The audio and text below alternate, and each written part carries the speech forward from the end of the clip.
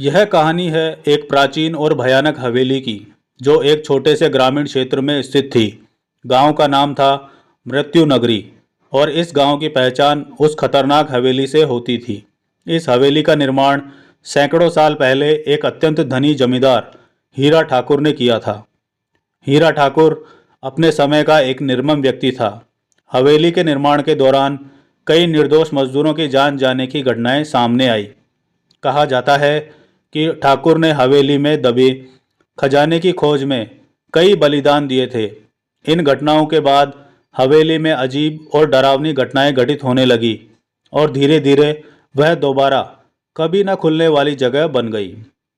सालों बाद एक युवा शोधकर्ता जय ने यह तय किया कि वह इस हवेली के रहस्यों का पता लगाएगा। जय का मानना था कि इन घटनाओं के पीछे कुछ न कुछ सच्चाई जरूर है। उसके साथ उसके चार दोस्त आर्यन, सीमा, रोहित और नेहा भी जाने के लिए तैयार हो गए। एक दिन सभी मित्र पूरी तैयारी के साथ हवेली की ओर निकल पड़े। हवेली पहुंचते ही उनकी आंखों के सामने एक विचित्र दृश्य था। टूटे फूटे दरवाजे, खिड़कियों पर जाले, बड़ी बड़ी दीवारें और चारों तरफ सन्नाटा। हवेली के दरवाजे पर पहुंचकर जय ने अपनी मशाल जलाई और सब अंदर की ओर बढ़ गए। जैसे ही उन्होंने हवेली में कदम रखा, चारों ओर सन्नाटा बढ़ गया और हल्की हल्की ठंडी हवा चलने लगी। उन्होंने हवेली के विभिन्न हिस्सों की जांच शुरू कर दी। हर कक्ष में अजीब और डरावनी चीजें थी। टूटे हुए फर्नीचर, जमीन पर खून के धब्बे और दीवारों पर अजीब से निशान। जांच करते करते वे हवेली के एक बड़े हॉल में पहुंच गए, जहां एक राजसी सिंहासन पड़ा था। सिंहासन देखकर उन्हें महसूस हुआ कि यहाँ कुछ रहस्यमय है। जैसे ही उन्होंने सिंहासन को छुआ, पूरा कक्ष अंधेरे में डूब गया और हवा में ठंडक बढ़ गई। अगले ही पल एक भूतिया आकृति उनके सामने प्रकट हुई। वह आकृति हीरा ठाकुर की आत्मा थी।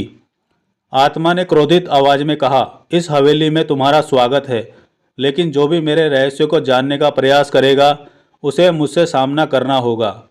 जय और उसके दोस्त डर गए, लेकिन उन्होंने साहस दिखाया। जय ने आत्मा से पूछा, हम यहाँ सच जानने आए हैं। तुम्हें किसी विशेष कारण से शापित किया गया है। हम कैसे मदद कर सकते हैं? आत्मा ने बताया, मुझे मेरे कुकर्मों की सजा मिली है। मैंने कई निर्दोषों को बलि दी थी। अगर तुम मेरे हाथों मारे गए निर्दोषों की आत्माओं को शांति दिला सकते हो, तो मैं भी इस शाप से मुक्त हो सकता हूँ। जय और उसके दोस्तों ने आत्मा की बात मानी और ठान लिया कि वे निर्दोषों की आत्माओं को शांति दिलाने के लिए कुछ भी करेंगे। उन्होंने हवेली के तहखाने की ओर कदम बढ़ाए, जहां कहा जाता है कि उन निर्दोषों की आत्माएं बंद थीं। तहखाने में प्रवेश करते ही एक भारी दरवाजा उनके सामने आया, जिसे खोलने के लिए ऊपरी मंजिल से चाबी लानी पड़ी। ऊपरी मंजिल पर पहुंचते ही उन्होंने एक पुराने संदूक में वह चाबी पाई। चाबी लेकर वह तहखाने में वापस आए और दरवाज़ा खोला। जैसे ही दरवाज़ा खुला, उनके सामने भयानक दृश्य प्रकट हुआ। तहखाने के अंदर खून के धब्बे से सनी दीवारें, भूमि और जगह जगह हवेली के निर्माण के दौरान मारे गए मजदूरों की आत्माएं घूम रही थी। आत्माएं बहुत दुखी थी और उनके चेहरों पर दर्द झलक रहा था। जय ने आत्माओं से बात की और उन्हें शांति दिलाने का आश्वासन दिया। जय और उसके दोस्तों ने आसपास के मंदिरों से पवित्र जल और मंत्र लेकर आत्माओं की शांति के लिए पूजा की। पूजा के बाद आत्माओं के चेहरे पर शांति झलकने लगी और वे धीरे धीरे अदृश्य हो गई। आत्माओं के शांति प्राप्त करने के बाद हीरा ठाकुर की आत्मा फिर से प्रकट हुई और कहा, तुम्हारे इस नेक काम से मुझे भी शांति मिली है। मेरी आत्मा अब मुक्त हो रही है। हीरा ठाकुर की आत्मा ने जय और उसके दोस्तों को धन्यवाद कहा और हमेशा के लिए अदृश्य हो गई। हवेली से भूतिया गतिविधियां समाप्त हो गई और गांव में फिर से शांति का माहौल लौट आया। जय और उसके दोस्तों की साहसिक और निष्ठा ने हवेली के रहस्यों को उजागर किया और वहां की आत्माओं को शांति दिलाई।